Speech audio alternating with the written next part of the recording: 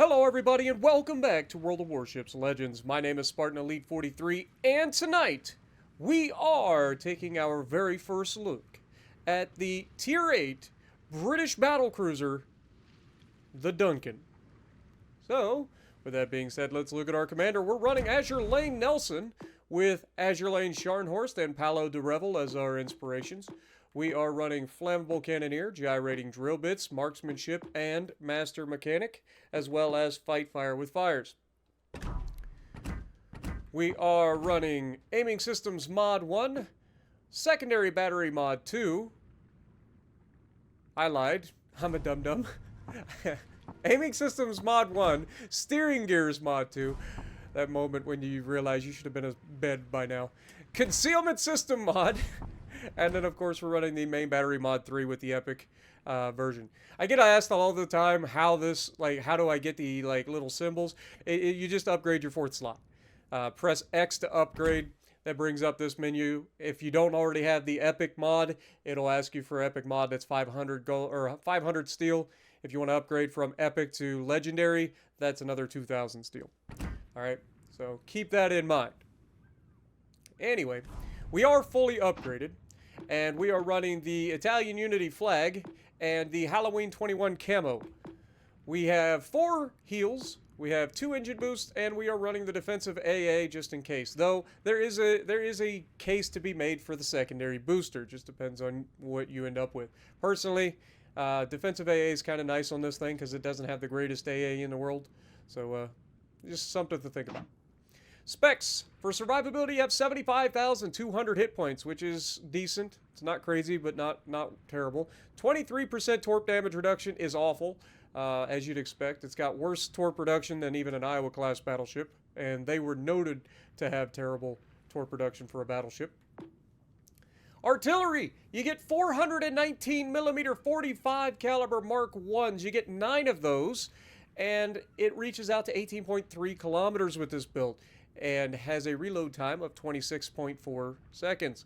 180-degree turn time is not actually that bad considering it's British, and that is 27.3 seconds.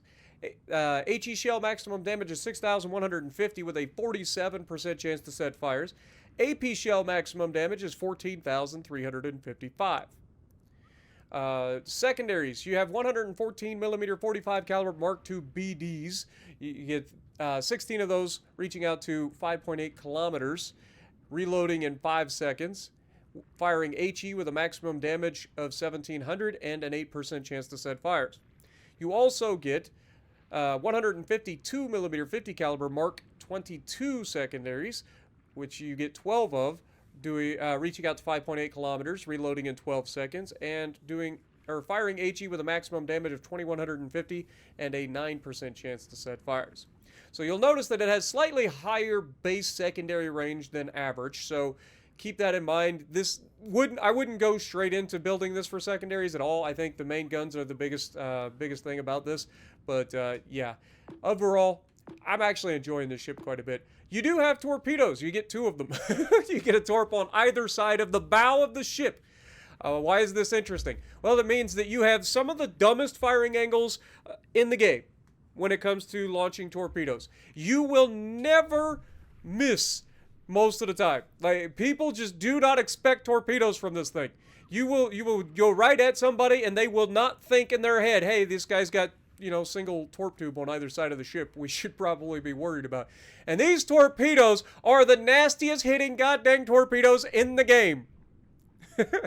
They are. You thought the Shima's torpedoes were bad. These things are doing 29,367 damage. Do not take a torpedo from this thing. You will regret it. Reload time is 55 seconds, which makes it even more ridiculous. This is 30,000 damage off of either side of the ship that is almost guaranteed, and reloads in under a minute. Where did the person that come up with this, where did they figure this out? Who's like, yes, this is what we should do with this ship? 10-kilometer torpedo range, so you even got torps that'll reach out and touch people, and they're not even slow. They're 67 knots. They're average. So I don't know. I guess People will, if they have to point to one weakness, we'll go over that in a minute. AA defense, not the greatest, not terrible. 20mm Oerlikon Mark IVs, you get 18 of those doing 65 damage per second, but only at 2 kilometers. Then you have the 20mm Oerlikon Mark Vs that you get 20 of doing 61 damage per second, reaching out to just 2 kilometers. Then you have the 40mm Bofors Mark IV that you get 20 of, doing 227 damage per second, reaching out to 3.5 kilometers. And then you have the 40mm 39QF Mark 8s that you get 32 of, doing only 79 damage per second and reaching out to 2.5 kilometers. And then you have the 114mm 45 caliber Mark II BD. You get dual purpose secondaries.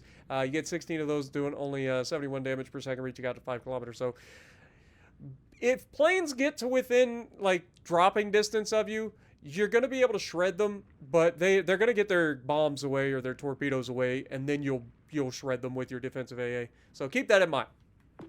Maneuverability is actually not too terrible. It's 98.8 knots with a 910 meter turning circle. Now remember, this thing also has a speed boost, or an engine boost, so you can actually go over 30 knots with this thing.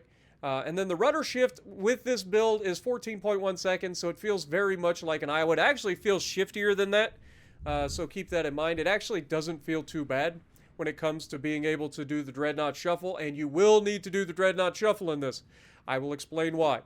Detectability range by sea is 13.2, so not too terrible. It's actually pretty good for a Tier 8 battleship. Detectability in smoke is, or by air is 11.1, sorry.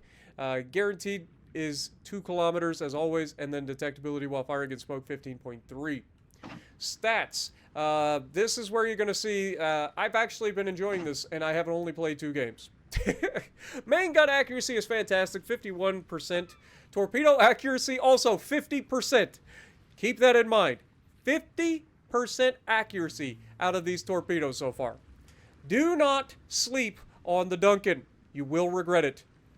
As far as this goes, we've destroyed 4 ships in 2 battles, so we have a 2-to-1 KDR, or average 2 per. Damage average is 163, but again, small sample size, so that may go down a little bit over time. XP is 1904. That's actually lower than it probably should be, but I lost the first game, so you'll have that. And then, of course, potential damage is over 1 million, which is what you should be with a battleship. You should not have an average potential damage of less than 1 million in a battleship. If so, you're probably not being effective. All right. So this is why this ship is going to have to do the Dreadnought Shuffle, okay? 25mm bow plating at Tier 8. This is disgusting, okay? This is death waiting to happen. Do not stay bow in. Always lift the skirt and use that side plating. This is essentially a Nelson that has the superstructure moved forward and the rear turret moved backwards. I don't know why. Something the British decided to design, I guess. And it's worse than that, because this third turret is facing in reverse. Why is that a bad thing? That means that thing has to turn all the way back around every single time that you do the Dreadnought Shuffle and have to go off the other side of the ship. Thankfully, these turrets actually don't turn too terribly. But you know, something to keep in mind. This is a Super Nelson with a weird superstructure that got moved in front of a turret for some reason. I don't understand it, but I'm telling you, this thing is nasty, okay? But it's better than the Nelson because it has Conqueror guns, and it has a very, very good armor piercing. I have not shot HE out of this thing on purpose yet. I did on the opening salvo just because I forgot that it was HE, but yeah, I've been using AP, and I've been putting up ridiculous damage salvos. So, as I will showcase, you don't need to fire only HE out of this thing. You will be enjoying the AP. Alright, so let's get rid of the bow plating. We already talked about that. You've got some nice torpedo protection, 32mm. Why is that important? That means only the Yama and the Musashi overmatch it, which means as long as you angle, you're going to be okay. Now, if you strip that away, and strip away the upper armor, you can see we have a raised citadel. As you can see, it is a raised citadel. So, if you get caught broadside, you die. If you get shot through the bow by somebody who overmatches 25 millimeters, which is basically everybody at Legendary tier and tier 8, and most of them at tier 7, then you are probably going to be punished for it. And by punished, I mean you're probably going to be sent packing or very, very damaged. Okay? That citadel is very reachable through the bow. So keep that in mind. And God help you if you're not angled enough and they shoot the bow side plating into your citadel, because either way, you're just done. Alright, so you got to learn to angle that side plating. You've got that torp protection. You've got the upper side plating as well. Use that stuff. Angle it. Learn to do the red dot shuffle. Okay? Overview. Big guns. It's armed with high caliber main battery guns. I mean, they're 419 millimeters. They're a little bit above average, I guess. Full ahead. It's equipped with an engine boost. We already talked about that. Greater heal. It's not a Conqueror heal, so get that out of your head. But it is a good heal. It is a very good heal. It's basically the same heal as Ohio has, if you've seen the Ohio. It's, I don't know, it's somewhere in that neighborhood, okay? So keep that in mind. It is not quite Conqueror, but it's better than most heals. Duncan. The G3 project became the development of the 1920 series of battlecruisers. The reduction of the gun caliber to 16.5 inches, 419 millimeters, as well as the length and displacement, was what distinguished it from previous optimistic designs. In the beginning of 1921, the project was reworked to increase the ship's protection at the expense of speed and gun caliber. According to an order issued in October 1921, 4 ships of the project were to be constructed, but the process was halted due to the beginning of the Washington Conference and was later canceled based on its results. Year of design was 1921. Thank God this thing was never built, because good God, it's hideous. Let's get into looking at this thing. Okay, this thing is literally a Nelson that has been squished. Like, I can't explain why they would choose to do this. There's no, like, normal reason. I can't think of a feasible reason for somebody to move the superstructure forward and then the gun turret behind it facing to the rear. It's like the worst possible thing in the world.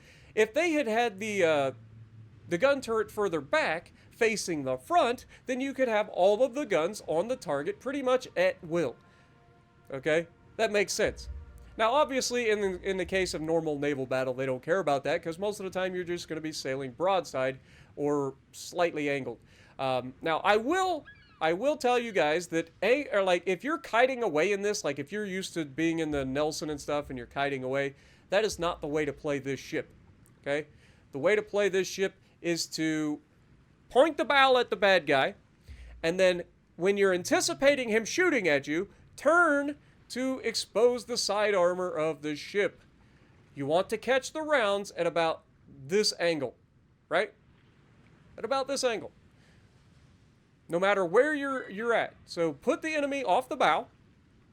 That way you can wiggle and use those gigantic torps of yours, which I can't even see them, so they must be underwater torp tubes, if I had to guess, which is kind of cool.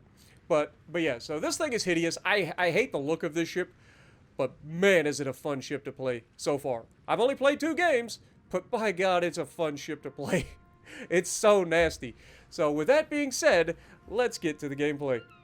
Alrighty, so we are going to be on Land of Fire in the Duncan. And what I can say is that this is going to be probably one of the most ridiculous Duncan replays you're ever going to see.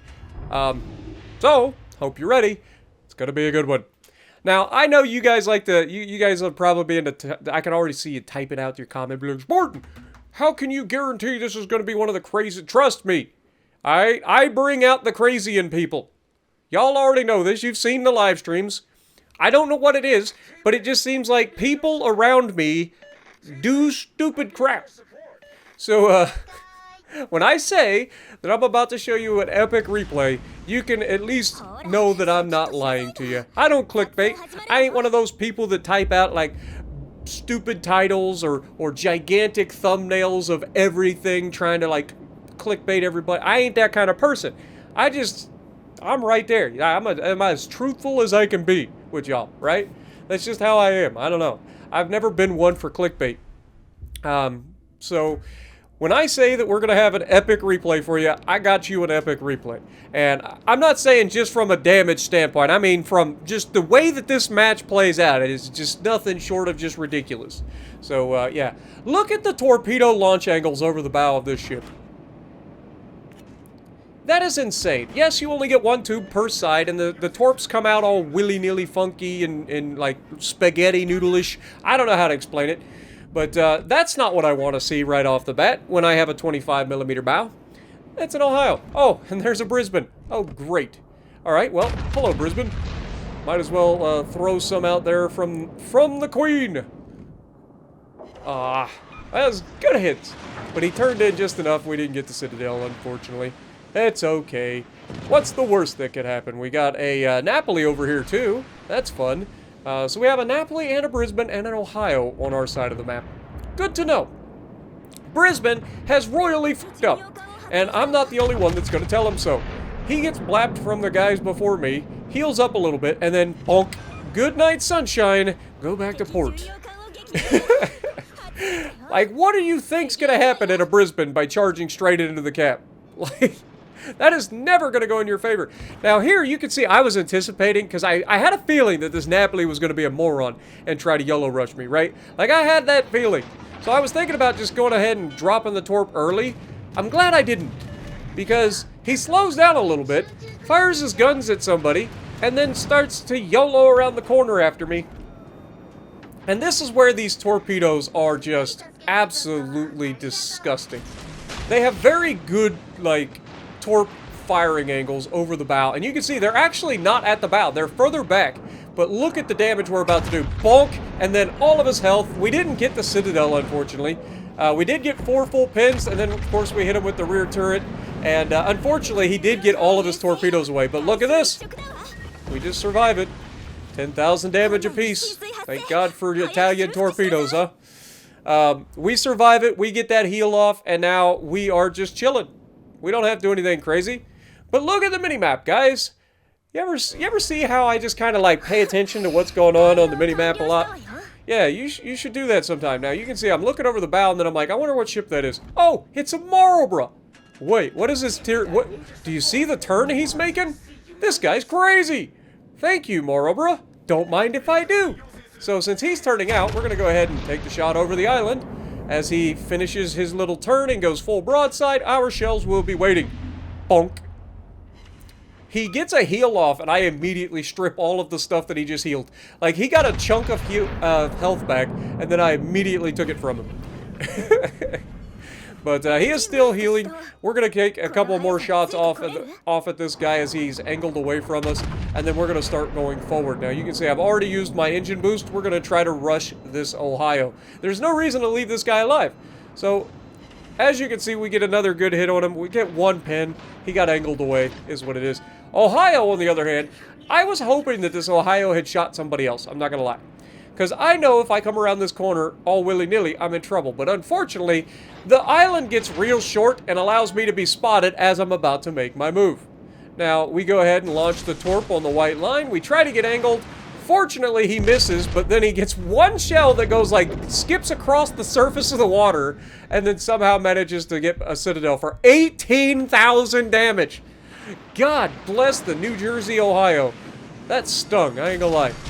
But it's okay, because we have torpedoes, and he does not. And he does not realize that we have torpedoes, I don't think. Because from what I've seen so far, nobody expects the torpedoes from this thing. I don't know if they just don't know of the ship yet, but after today, there's a couple of more people that do know of the Duncan. Now, this guy gets a double fire on me immediately, and I'm about ready to throw my controller. I'm not gonna lie. I was not happy about that double fire. But I was a lot more happy when he eats this torpedo. Bonk. 20,000 damage. Not too shabby, huh? Not too shabby at all.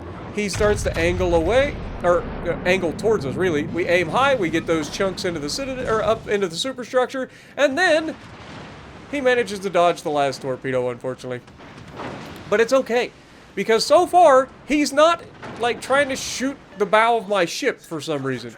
So we're just going to go ahead and, I don't know if he just doesn't respect us, or if he just decided that I deserve this more than the rest of my team. But I do appreciate it, as we just yeet him into oblivion, taking us up to 192,000 damage in, what is that, 5.5 minutes? Good luck finding somebody that does that better than I did. I'm not saying that I'm good at the game. You guys know this. I always say that I'm above average, but there are very few people that would have been able to get what we just got out of that engagement. We basically dev-struck the... Or no, we did dev-strike the, whatchamacallit, the Napoli. We dev-struck... Or did we? Did we not dev... I can't remember if we dev-struck. I don't think we dev-struck the Ohio there. I wasn't paying attention. We definitely dev-struck the Brisbane. We smashed the Marlborough. We smashed the Napoli. We smashed the Ohio. That's a lot of work for one Tier 8 battleship to do. And I'll be honest, I'm enjoying this thing. Yes, it's squishy. It's got a squishy bow. But if you angle this thing, and like I said, this thing is very, very good at the little wiggle waggle, the dreadnought shuffle. You can see, with a little prior planning, you can actually get quite a decent wiggle waggle going on here. Now, I'm measuring up this curve first because I thought it'd be hilarious if I could land a long-range torpedo on him. But unfortunately, we don't have a good look at it, so we just start shooting the AP. Now, I could have switched to HE here. Probably wouldn't have been the worst idea, but I was really wanting to test out the armor piercing. And honestly, I don't think you really need the HE. Does it come in handy? Absolutely. If you have HE in this thing, you're going to have Conqueror HE, essentially. So, you're going to love that. But, unfortunately for everybody else, I'm thoroughly enjoying the AP on this ship. And I think that this ship is best suited to HE, or AP. He knocks out one of our guns. That's something you're going to have to get to deal with. You can see, I'm expecting him to slow down, potentially, so we launch behind the white line here. And now that we've got a beautiful look at him, we're going to go ahead and take the shot. That was beautiful accuracy. It's got Collingwood accuracy, if you know what I'm talking about. The Collingwood's accuracy is insane in this game, and this seems to have the same sort of accuracy. But unfortunately, as is the custom, the friendly DDs managed to cheat us from all of our fun, and then the GK actually lands a pretty nasty salvo, getting a lot of shells in through the bow. But I personally enjoyed that match a lot. It was crazy. That's my kind of like craziness, just chaos. But 215,000 damage, not a bad second game, you know, for a brand new ship. 2,800 base XP, top of the leaderboard, all the medals on the team. What more can you ask for? Let me know if you guys have played the Duncan yet, what you guys think. I'm thoroughly enjoying it. And if you like what I'm doing, punch the like button, leave a comment below, subscribe to the channel if you haven't already, and as always, I will see you in the next video.